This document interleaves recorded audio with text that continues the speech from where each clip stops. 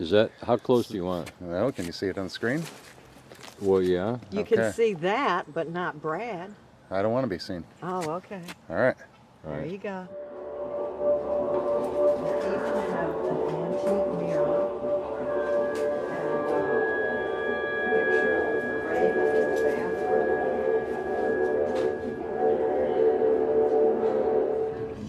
the bathroom.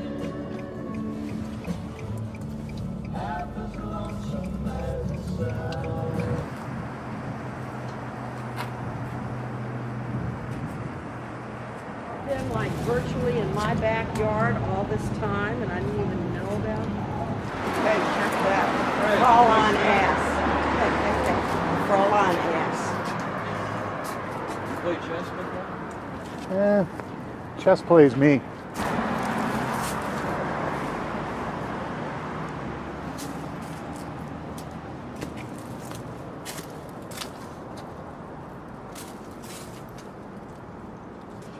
Nice. The oldest house still standing in Richmond. Probably built 1737 by Jacob Eeler. Nice. I don't think this is really Poe's house.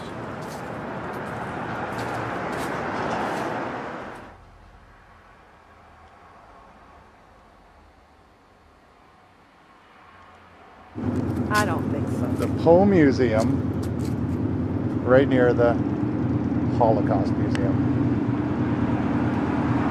Ain't that weird? Makes you say, eh. That is the church built over the theater where Edgar Allan Poe's mother burnt up.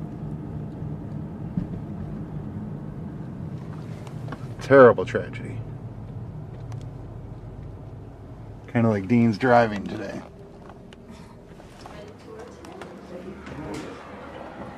$6 show admission or $5 if any of this discounts apply to you right there on our sheet. Do you have any guided tours? You got to call ahead for those, huh? Yes, well, it's up to you. Yeah. I can take y'all through if you want. Oh, that'd be great. Oh, that would be wonderful. Thanks. One senior, one hottie, and one cousin. Now this is not Poe's actual house. It was near her, right? No, everywhere that he lived in Richmond has been demolished. Okay.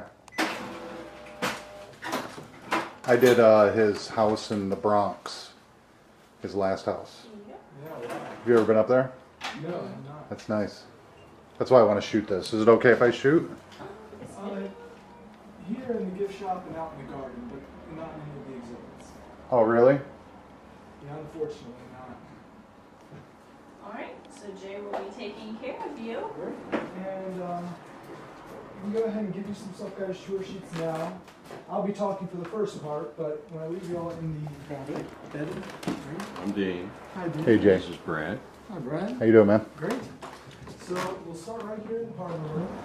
You would never expect this garden to be here if you're out on Main Street, but we're very proud of this garden here since 1920s when the museum was founded. It originally started with a shrine, and the wall was built around it with bricks from the Southern Literary Messenger, the place where Poe had his first editorial job.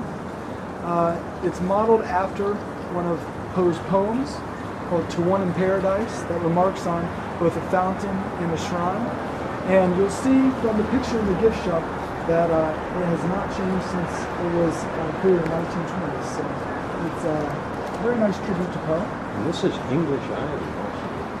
I think there's a lot of English and Irish influence on the design of this garden. Poe Right. spent about 3 years as youth in England and in Ireland being educated. You'll also see the glass on top of this wall acts as a primitive form of barbed wire, I guess. And that would not have been found in the United States in the early 1800s. That was really of European influence. Predecessor to razor wire. Oh, that's great. Yes. So then he came back to Richmond after dropping out of UVA, or being forced to leave, and actually to evade creditors and to kind of find himself travel the world as what he wanted to do. He joined the military, joined the Navy, I believe, did very well, actually, as a captain, and then gained admittance into West Point. He had a recommendation from the governor of Mississippi and a former Attorney General of Virginia through John Allen, his adopted father. Went to West Point. I think it was one of 150 cadets for the entering class, and he made it to the top 73. A very rare book. I don't know if you all know Tamberlane, but it was his first publication. 25 copies were made, and it's one of the rarest pieces of American literature, actually. Just sold at auction for $250,000. And so eventually Poe would rise to editor of the Silver Literary Messenger, and actually grew to 7 times the circulation that it was when he came in. More of an entertainment, and you would read it just to see what he would write next. And so there's always a bit of an undertone of controversy there.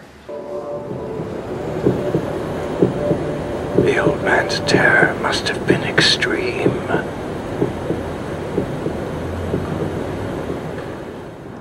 When he died, he was traveling up the East Coast to raise money for The Stylus.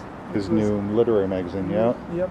So I'm not sure if he was selling that here in Richmond. He was doing all types of speaking engagements whenever he could get them. So I'm sure he was doing something of that sort here in Richmond. Trying to get the first issue out. Yeah. I wish he could have done that.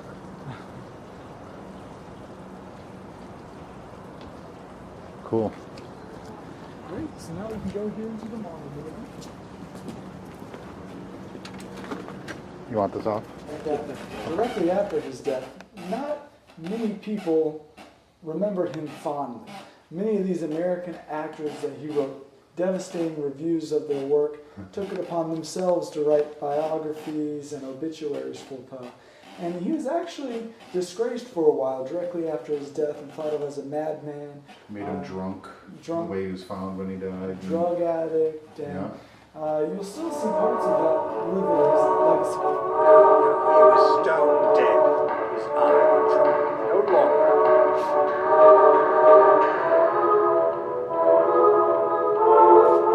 What you mistake for madness is but overkill of the sense.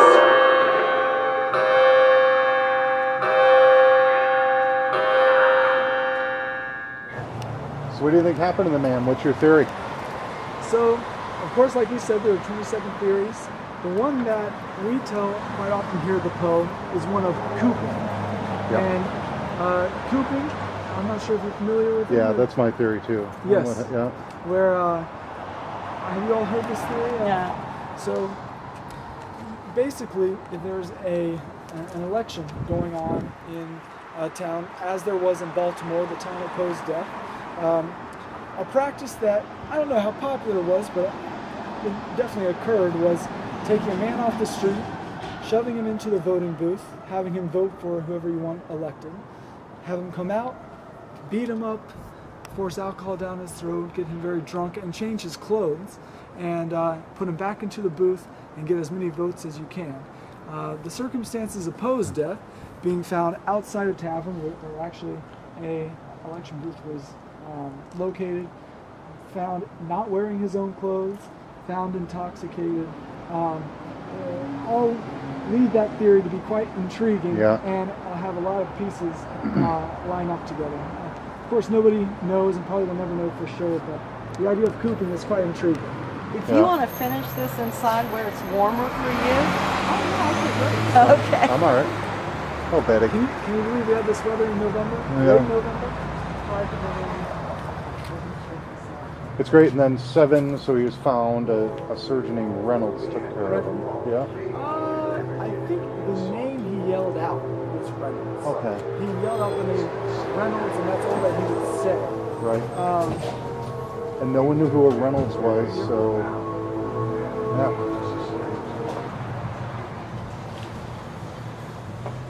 We'll never know. There was a really good book out about that, a new theory, and then I heard that none other than Sylvester Stallone bought the film rights to it. Really? Yeah. So we'll see Sly being Edgar Allan Poe pretty soon, I guess, right? That's unbelievable. I could see Johnny Depp being Edgar Allan Poe.